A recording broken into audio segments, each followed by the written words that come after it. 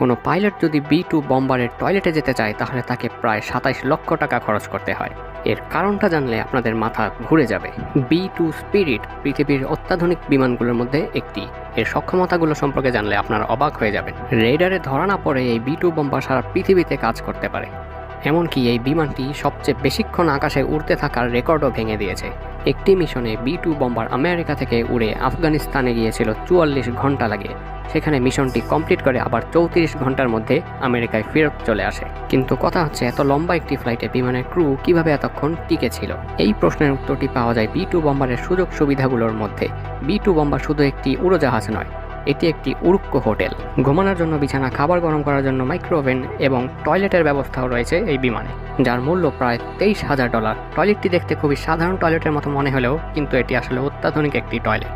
এই টয়লেটটি এমনভাবে তৈরি করা হয়েছে যেন বিভিন্ন কঠিন পরিস্থিতিতেও এই টয়লেটটি খুব সহজেই ব্যবহার করা যায়। যেখানে এই বিমানটির দামই $2 বিলিয়ন, সেই ক্ষেত্রে $23,000 টয়লেটটি তো কোনো কিছুই না।